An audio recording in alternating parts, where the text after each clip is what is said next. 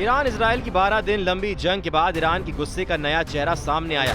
Iran के सबसे बड़े शिया धर्मगुरु ने अमेरिका के राष्ट्रपति डोनाल्ड ट्रंप और इजराइल के प्रधानमंत्री बेंजामिन नेतन्याहू को खुद का दुश्मन करार करते हुए फतवा जारी किया है। इस फतवे में दोनों नेताओं को मुहरिब यानी ईश्वर से युद्ध करने वाला अपराधी बताया गया है। ईरान बनाम इजराइल की जंग में दुनिया ने सबसे घातक हथियारों का इस्तेमाल होते हुए देख लिया है। इस जंग में अमेरिका की एंट्री ने दुनिया के सामने नई चुनौतियां पेश कर दी थी। 12 दिन चली इस जंग के बाद सीज फायर का ऐलान किया गया, लेकिन अब ईरान ने इससे आगे की कहानी शुरू कर दी है और वो कहानी है नेतन्याहू और ट्रंप के खिलाफ रिलीजियस वॉरफेयर की। ईरान के शीर्ष शिया धर्मगुरु ग्रैंड अयातुल्ला नासर मकरम शिराजी के फतवे ने दुनिया की राजनीति में हलचल मचा दी है। शिराजी ने अपने फरमान में अमेरिका के राष्ट्रपति डोनाल्ड ट्रंप और इजराइल के पीएम बेनियामिन नेतन्याहू को मुहरिब घोषित किया है। मुहरिब एक फारसी शब्द है और इस्लामिक कानून से जुड़े इस शब्द का मतलब है वो व्यक्ति जो ईश्वर और धर्म के खिलाफ युद्ध छेड़ता है। ईरानी कानून के मुताबिक मुहरिब को मौत की सजा, सूली पर चढ़ाना, अंगों को काटा जाना या निर्वासन जैसी कठोर सजा दी जा सकती है। फतवे में ये भी कहा गया है कि जो कोई भी मुसलमान इन दुश्मनों का समर्थन करता है वह हराम कार्य कर रहा है।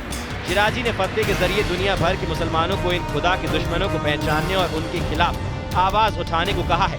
ये बयान उस समय आया जब ईरान और इजराइल के बीच 12 दिन तक चले युद्ध में कई जाने गई और ईरान की परमाणु और सैन्य संरचनाओं को जबरदस्त नुकसान हुआ है। इस भीषण जंग ने ईरान को अंदर तक झकझोर कर रख दिया। तेल अवीव, हाइफा और गाजा में मिसाइलें दागने के बाद इजराइल की जवाबी कार्रवाइयों में ईरान को भारी नुकसान झेलना पड़ा। इसके साथ ही अमेरिकी समर्थन और खुफिया मदद ने इजराइल को रणनीतिक बढ़त दिलाई।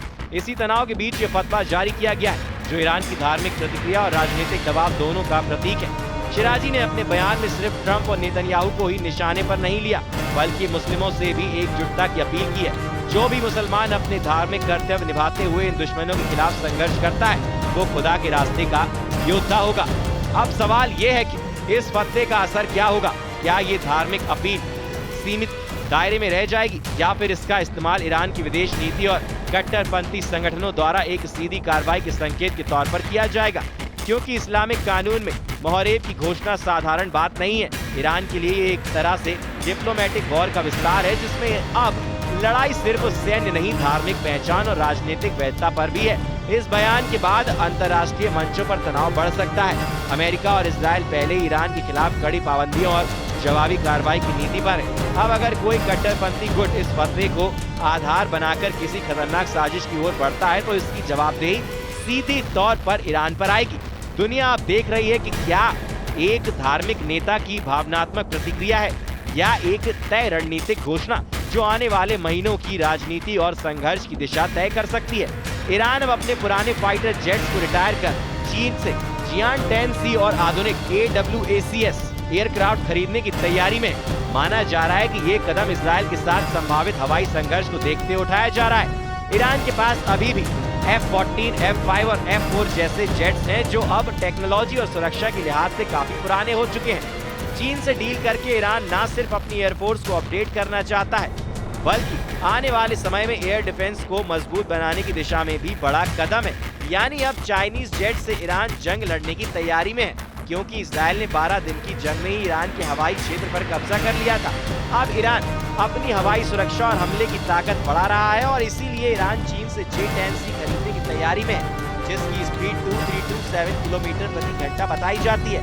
उड़ान की रेंज 18,000 मीटर तक है, यानी 18,000 मीटर तक की ऊंचाई हासिल कर सकता है। चीन के J-10C की लड़ाकू रेंज है 12,040 किलोमीटर, यानी वो एक बार में 1,240 किलोमीटर के घेरे में लड़ सकता है। इसकी वजन ले जाने की क्षमता 19,227 kg है, यानी इतने वजन के हथियार अपने साथ कैरी कर सकता है। वैसे तो चीन ने इस विमान को बनाने की शुरुआत 1980 में की थी, लेकिन अप्रैल 2018 में चीन की एयरफोर्स में J-10C शामिल हुआ।